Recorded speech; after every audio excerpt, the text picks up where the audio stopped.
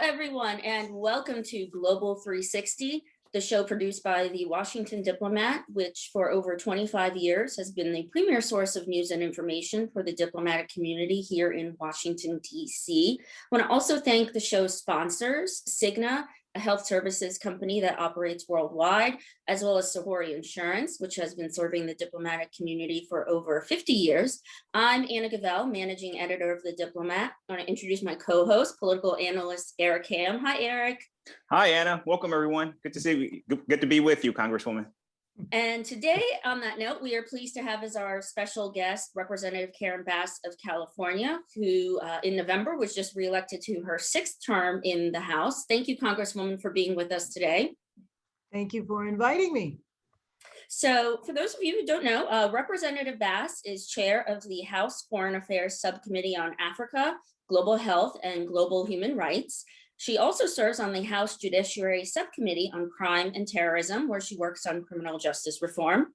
And in addition, in 2019 and 2020, she was chair of the Congressional Black Caucus, during which time she introduced the George Floyd Justice and Policing Act and spearheaded an effort to gauge the pandemic's impact on communities of color. So obviously we have a lot of ground to cover here, but I wanted to start with the Represent America Abroad Act of 2021, which you recently reintroduced and which aims to increase diversity in the U.S. Foreign Service. Now, some of our listeners may know, last year there was a first of its kind government report that found that between fiscal 2002 and 2018, the proportion of racial or ethnic minorities working full-time at the State Department only rose by 4% from an already low figure of 28%. And according to the American Academy of Diplomacy, out of 189 US ambassadors serving abroad last year, only 3 were African-American career diplomats and just 4 were Hispanic. So this is obviously a long-standing problem within the US Foreign Service. So Congresswoman, can you just start with telling us more about your legislation and what specifically it would do? Sure. Well, actually, let me first begin with why I even did it. Serving on the committee, the Foreign Affairs Committee, and especially the Committee on Africa, I travel a lot. I travel the world a lot, of course, pre-COVID. Now nobody's going anywhere. But when you go and you see our embassies around the world, there is just no diversity there at all. It is very rare. Now, what looks diverse on the outside are foreign nationals. I'm sorry, not foreign nationals, we're the foreigners, but people who are local, who work at the embassy, and that's wonderful. And of course that should continue. But Represent America means exactly that. We need to have in our embassies around the world, foreign service officers, wherever we are represented, it needs to look like the United States, and the United States is growing in its diversity. And so that was the point. Now, usually when you talk about diversity, people right away want to talk about entry level, and that's just fine.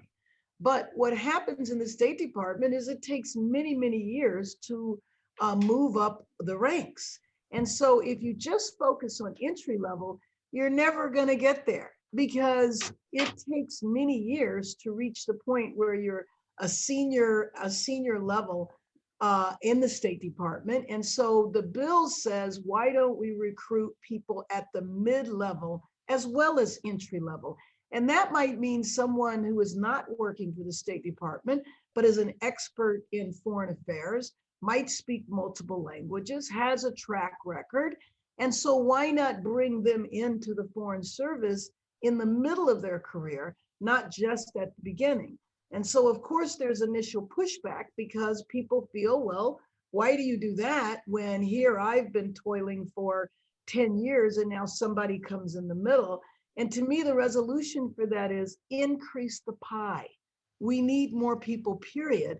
And then now coming off of the last administration, there are a large number of vacancies. So to me, this is the perfect opportunity to have this legislation so that you can bring people in the middle of their careers. And it's hard to make a case that you're displacing somebody when you have a whole lot of vacancies up and down Right. the State Department.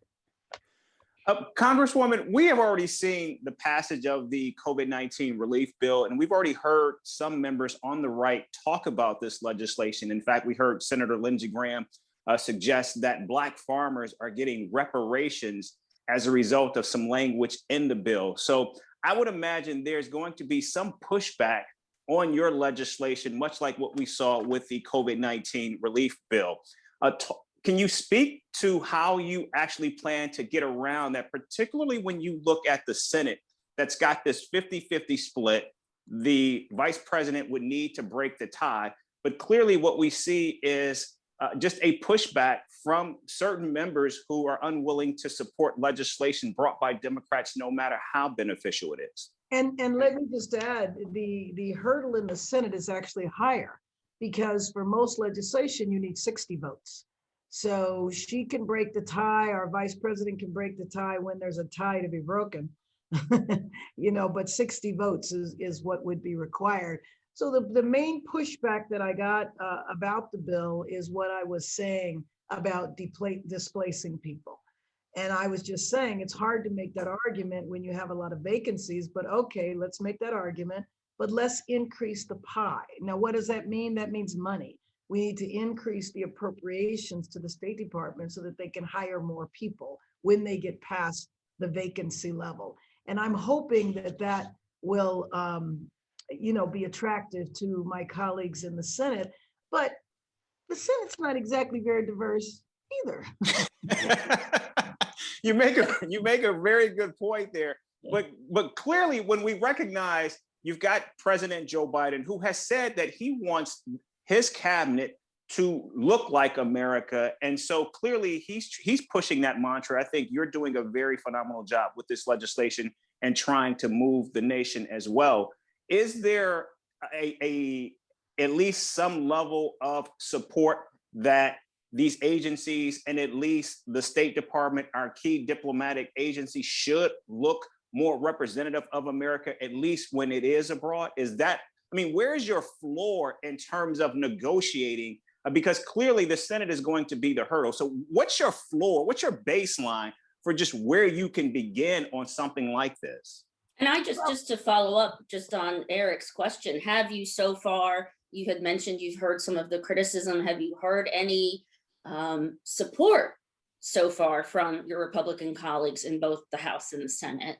Well, yes, so certainly in the House, but now, it's not out of the House just yet. So, it's out of, we're getting ready to bring it up for a markup in the House. It did pass last session, but putting it back this session. So we're starting over. So I'm at the beginning now. I've not reached out to the Senate yet. I want to get it out of our House committee, then it goes to the floor, then it goes over to the Senate.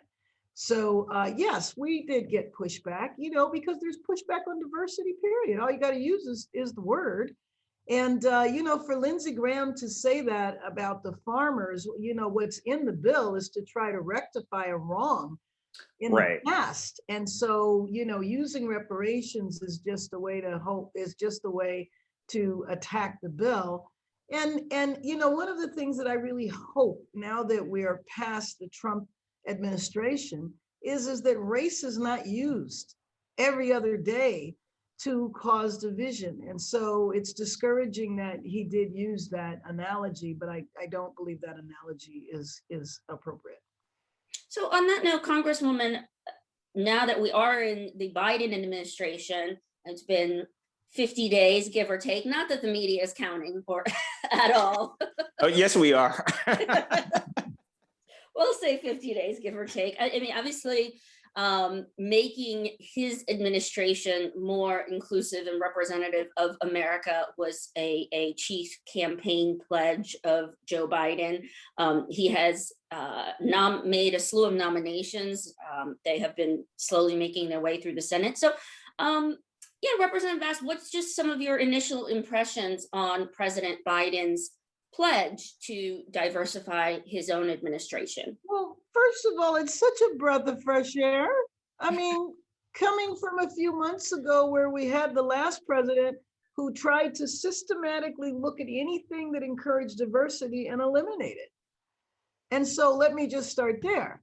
let me say that yesterday, Secretary Blinken, the Secretary of State, came and spoke at the, came for a hearing at the Foreign Affairs Committee. And one of the first issues he addressed was diversity.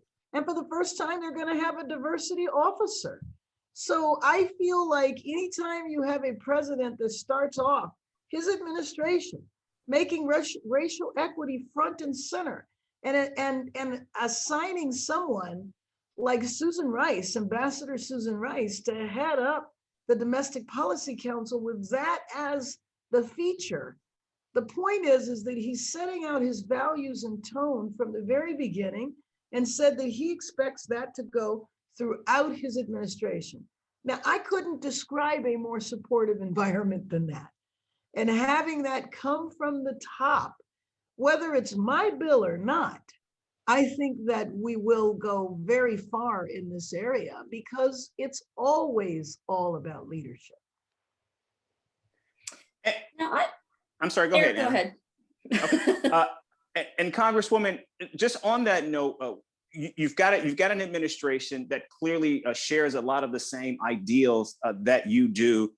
It's very refreshing, as you say, to hear from a Secretary of State that speaks about diversity and speaks about equities, where not just in terms of your legislation, and we're going to get into the George Floyd Policing Act as well, but are there other issues where you see not only is there common ground between what you all are looking to do at the congressional level, but also the administration?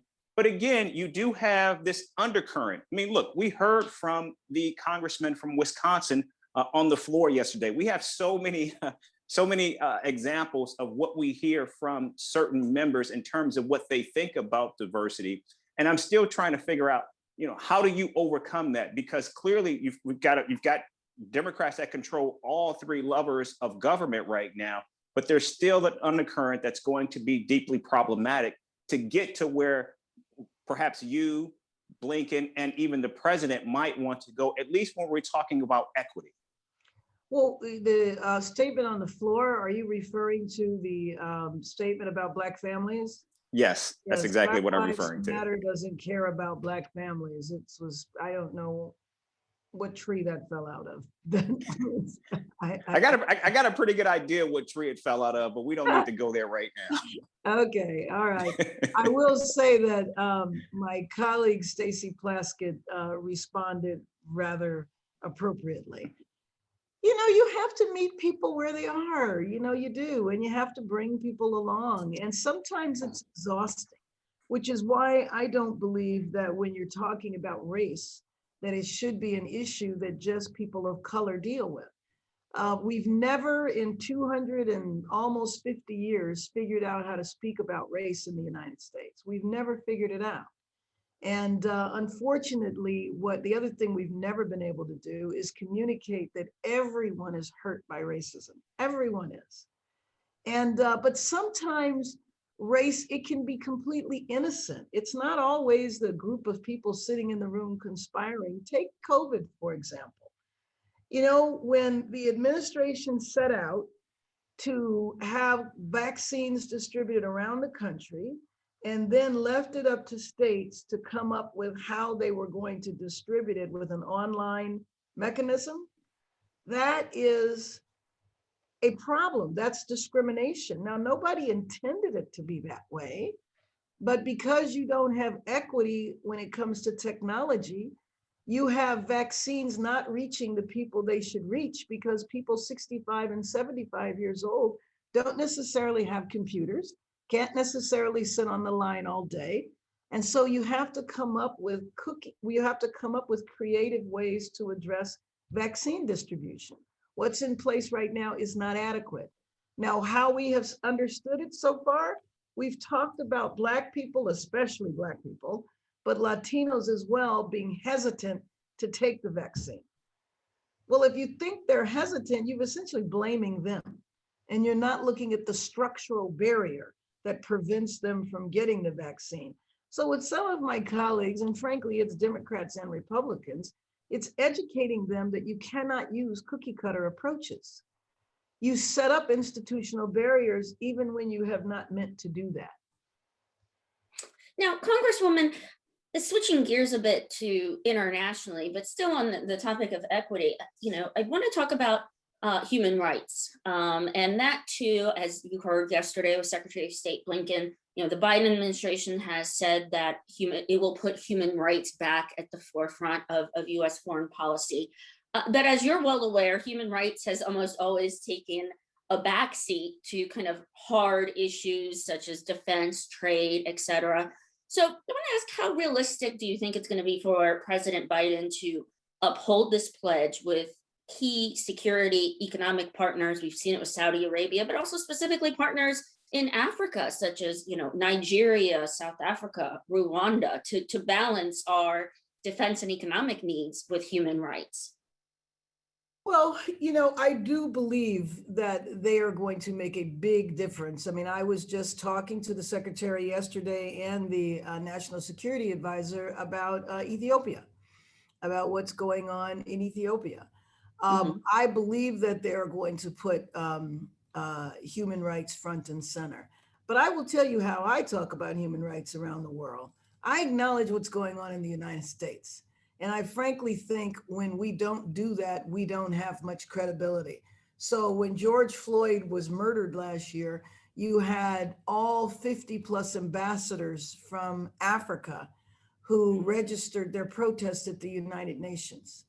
So, it's very easy for us to be high and mighty, but we talk about human rights and the right to vote around the world when we're doing everything we can in some of our states to block people from voting. And what we have to realize in the United States is they know, they see, we're the ones that are relatively ignorant about their countries. They're well informed about ours. And I think that a first step in human rights is acknowledging your own issues. Then you have credibility. Right. Well, and I know Eric has a lot of Africa related questions, but real quickly as a follow-up, a lot of these protests that erupted not only here, but as you said, in many African countries and European countries such as Britain. So it's been a year. We continue, I think, to have the issue at the forefront. But what have you seen in terms of African governments? Has, this racial justice movement kind of petered out, or do you still see it very active in Africa? The racial justice movement? Well, just in general, with the protests last year, when people were demonstrating against global police brutality in countries such as Kenya, Nigeria, have you seen that there's been progress among these governments to address the issue? Well, the major issue that happened last year was in Nigeria. And I do think that some changes were made, but I think a lot more have to be made. And then a lot of the activists felt as though they kind of changed the name, that the changes were superficial, but that they need to be much more substantive. I know that the Black Lives Matter global movement is global now, and they have made connections around the world. Actually, I would look at Europe more than I would look at Africa, because the European Union is where there are a number of issues. And in fact, when I chaired the Congressional Black Caucus last year, right after we passed the bill out of the House, members of the Congressional Black Caucus did a Zoom call with all of the ambassadors from Africa. And then a couple of weeks later, we did a call with the European Union Parliament. And they're going through their own racial reckoning and realizing that they have a lot of racial problems, not just current, but they have to now go back and examine their colonial history. And I would posit that they still have a whole lot of issues in terms of the former colonies, that they're still not really helping in a way that I feel is real, fundamental. So I don't believe it has petered out in the sense of people being on the streets. That has stopped. But I think the organizing and the issue is still being pushed. I might mention too that the man that murdered George Floyd, Derek Chauvin, is preparing to go on trial right now in Minneapolis. Right. And that could, depending on what happens, be another catalyst to worldwide protests. And I Certainly. certainly hope that doesn't happen, because I hope the verdict comes out the right way, which is, how could you possibly say he's innocent when you sat there and watched him over 9 minutes commit a crime? Congresswoman, we saw the Black Lives Matter movement. And then, of course, on the heels of that, there was this huge movement in Nigeria, the End SARS campaign that took place. I covered that here in Washington when you had some of the protesters at the Nigerian embassy. I did that for Rise News out of Nigeria. And also you mentioned the meeting that you all had with the Parliament, the European Union Parliament. Talk a little bit about, now that you have a new administration that is ready to engage with the rest of the world, what does that look like for the United States can the United States lead on these issues of human rights? And if so, what role does the United States take now that there is a new administration, there is a new leadership in the Congress? And we already know that you've got legislation that you're introducing, but as in your role as the subcommittee chair, what do you see for the United States writ large in terms of being at the forefront on these issues? Well, again, we need to be present. We've been absent for 4 years. And not only have we been absent, it was worse than that, because we actually embrace some of the worst human rights offenders on the planet. You know, the president of the Philippines, you know, MBS in Saudi Arabia. I mean, we need to, and again, like I said a few minutes ago, it's always really important to be honest, transparent, forthright. While we hold everybody accountable, acknowledge your own issues. I consider it a human rights issue that some communities have to be afraid of the police. And if we had, when we see things like have happened here with policing in other countries, we're all over it. You know, over 100 people have been killed since George Floyd. Since George Floyd, over 100 people have been killed. So by police. And so I think that it's important that we hold the world to a high standard, but we have to live up to that standard as well, and we do not.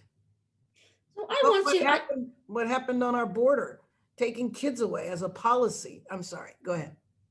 Well, no, so, I wanted to follow up, and I don't want to go back and forth, but we want to continue on some of the Africa issues that you work on. But since we're on the subject of George Floyd, just to give our listeners some background on the legislation that you introduced, among other things, it would ban chokeholds and no-knock warrants, ensure the use of police cameras, mandate certain training, create a national police misconduct registry, and reform the issue of qualified immunity for police officers.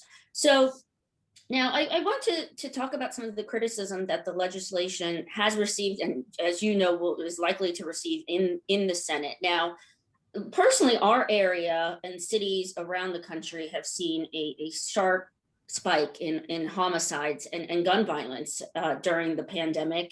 I've reported a lot. DC has recorded its highest homicide rate since 2004. So it's happening in our own backyard. So the response by police officials is, the concern is that they're already seeing recruitment going down, and that this will disproportionately fewer police officers. They're not necessarily against having more people specialized in, for instance, social services to address problems such as homelessness, but that you still need the police for other situations. Right. And that the concern is that a shortage of officers will disproportionately hurt the very communities of color that, reform legislation is aiming to help. So, and I'm sure you will be hearing that in the Senate and in the months to come. So how do you respond, Congresswoman, to that criticism, or those concerns, I should say? So in part, I think it's a false charge, but let me just break it down, because it's very important not to lump all of that together. For example, we're having a spike in homicides. It's important to drill down and look at why, look at where, when, and why. And that is different in different communities. The people that argue along those lines say the reason why there has been a spike in homicides is because funding to police have been cut, and because police now feel really attacked because folks want to bring about reforms. Now, in any time you have a movement, you have a spectrum. You have people on that movement that believe there should not be police. You have people on that spectrum that believe, of course, there should be police. We just want police that won't brutalize us. We would like police to police our areas the same way they police other areas. The motto is protect and serve, but that is a motto that only applies to certain areas. In other areas, it does not. So the community is not saying we don't want police. We're saying we want police just like we have in other neighborhoods, not like we have in our neighborhoods where police come in with a warrior type mentality, where they view the community as hostile, as the enemy. And it's pretty hard to protect and serve people that you view as your enemy, okay? So if you drill down on the homicides, and by the way, homicides, crime goes like this. So looking below the surface, and we're going to do this when we get past COVID, we're going to look back and we're going to go, we had a lot of problems because of COVID. We had a rise in mental health crisis. We had a rise in suicide. We have economic displacement. Whenever you have profound economic displacement, don't be surprised that you have a rise in crime. And so when we want police to be professionalized in our country, by the way, the person that did your hair has to have a license and is accredited. Of course, if you had your hair done in a beauty shop, COVID. I have gone back since the pandemic, so eventually gave in. Well, you know, that person has to be licensed and accredited. We have 18,000 police departments in the United States and no national standards, which is why you have a chokehold legal in one area and not in another area.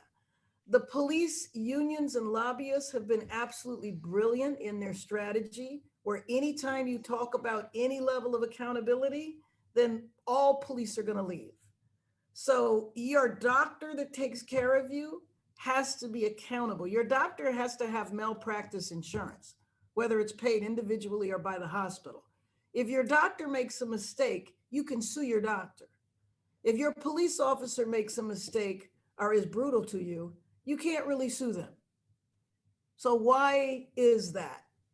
When you have a profession that has a license, technically, or the ability to kill you, and you have no recourse to hold them accountable, which is why the man who was murdering George Floyd sat and looked at the camera while he was committing a crime. Could you imagine robbing a store and looking at the camera that's filming you?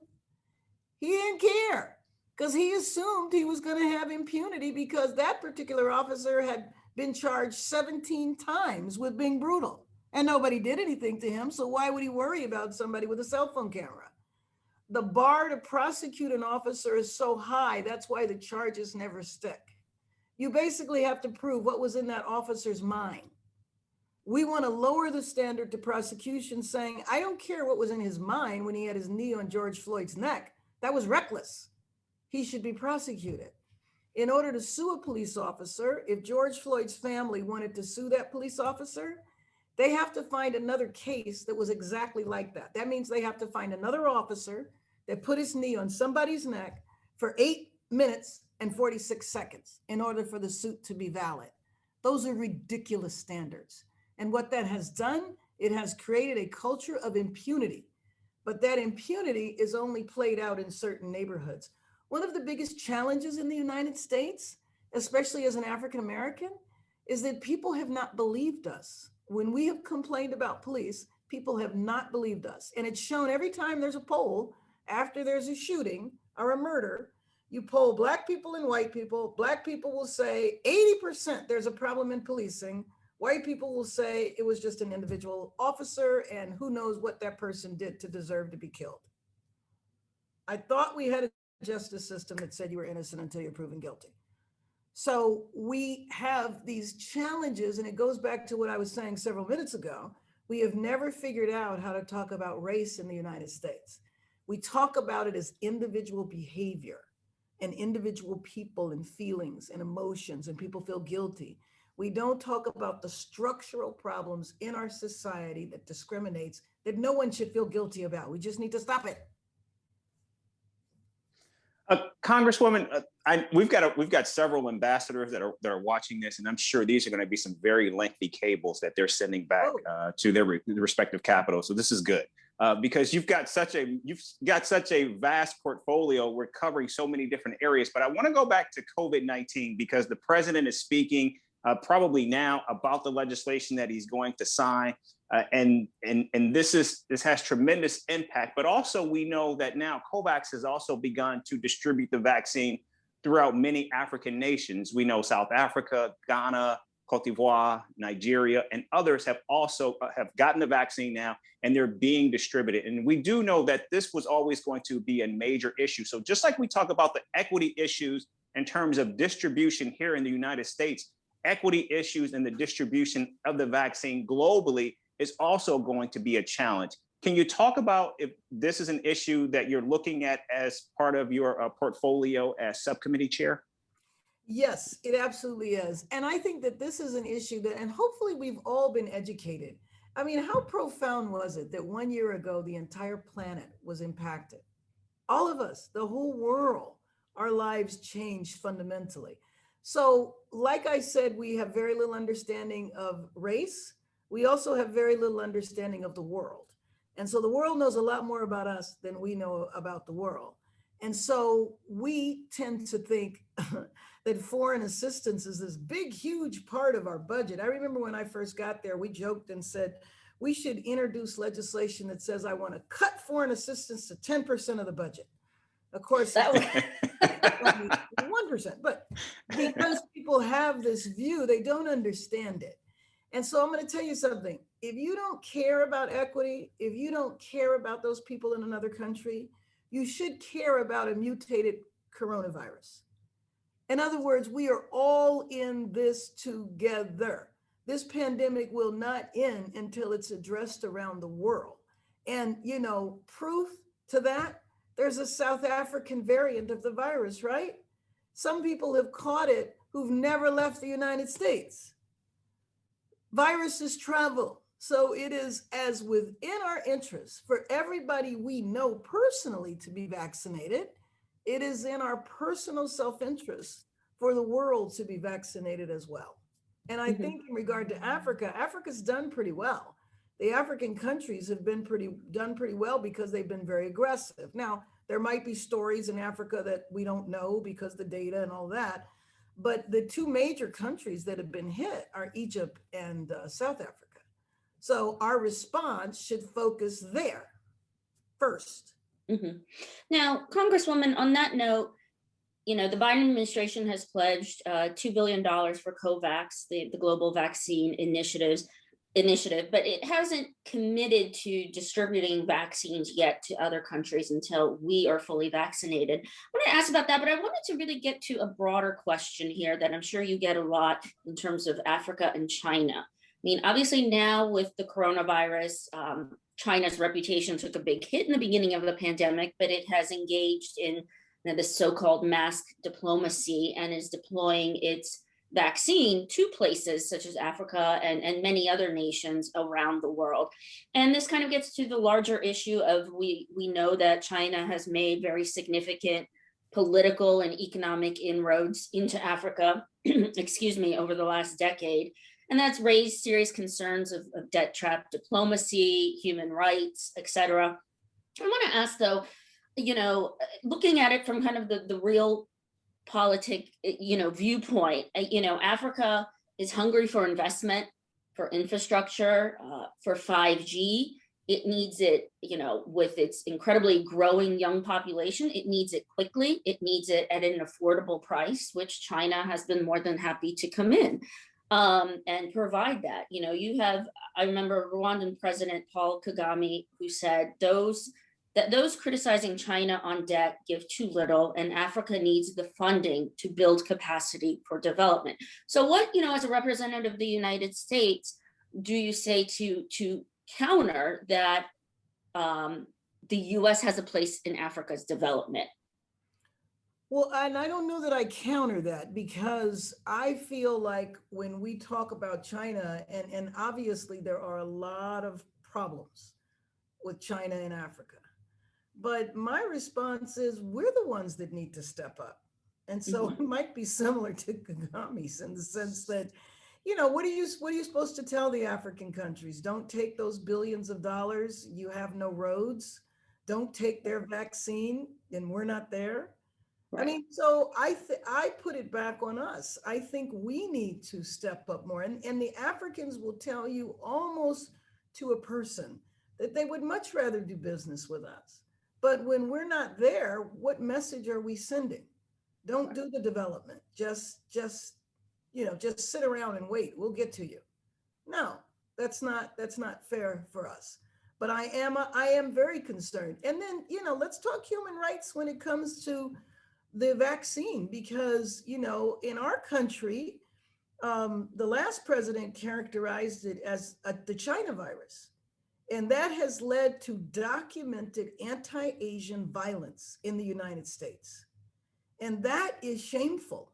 And so, whatever role China may or may not have had, for that to still be characterized that way, now that he's gone, now that he's not on Twitter, it's still characterized that way. And you have incidences of anti Asian violence, you know, um, I don't know, it's gone up hundreds of percent Mhm. in any given year. Right. Now, I wanted before, since, so make sure we have time, we have quite a number of audience questions, and a lot of our audience too is from the State Department. So there were a few well overdue push for diversity in the Foreign Service. There are a few specific questions. And so I want to make sure that I kind of sum some of this up. Um, Let me see, hold on just one second. There's one question on whether the bill addresses diversity in the Peace Corps. And there was also another one, whether the bill will in any way address recruitment, for instance, at HBCUs, or is it strictly focused on mid-level professionals? Well, no, no, no, no, no. We definitely want to do the entry level and to do recruitment. One of the things that I have found as a member of Congress when I came here, I mean, I'm from Los Angeles, California. I'm not from the Beltway.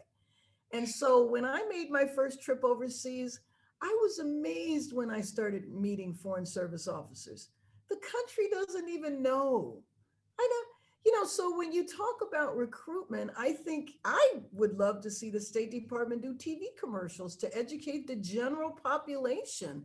I meet the people, and I mean, I think that, well, number one, I'm always so proud to go overseas and to see our representatives. Yes, I want it to be more diverse, but I certainly don't mean to be negative to the people that are there who've committed their lives, the sacrifices that they make with their families.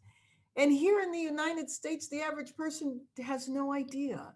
So I think that the State Department needs to put money, and maybe that's on my side. We need to put money.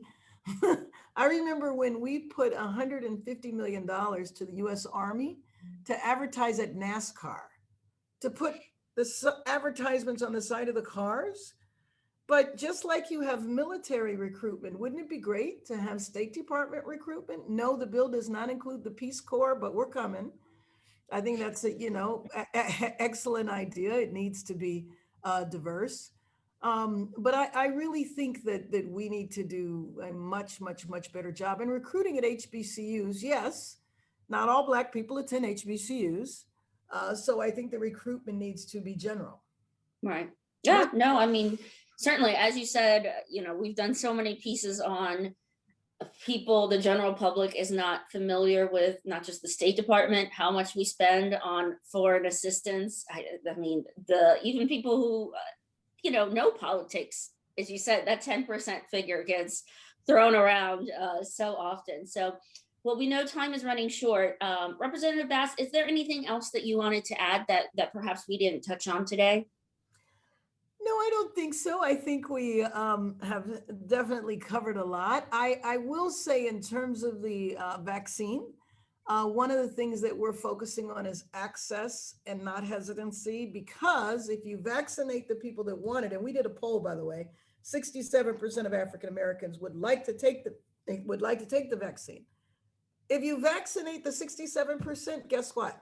They're either related to or they know the people that are hesitant. And when they see that everything is okay, that will encourage more people to get the vaccine, as opposed to saying those people aren't getting vaccinated because they don't want it. And that's why there's the disparity. It's not the fault, it's the structural barrier that needs to be addressed. And when we're looking at crime and all those other issues, we need to look at the structural drivers and figure out how we resolve our problems. Thank you so much for the opportunity to speak with you today. Well, thank you for speaking with us, and thank you for ending on that note as well, as we approach the 1-year anniversary, and everyone is very anxious to move forward and make some progress. So, and thank you everyone, and I apologize if we couldn't get to everybody's questions, but thank you for joining us. Thank you as always, Eric, my esteemed co-host. We have many more webcasts coming up. Not just the coronavirus, the foreign policy is still at the top of the list for us, and there's so much to explore with this new administration. So again, want to thank as well Cigna, Global Health Services Company, and Sahori Insurance, which has been serving the diplomatic community for over 50 years. And thank you, Representative Bass, for your time. We really appreciate it. Absolutely. Thank you. Bye, everyone.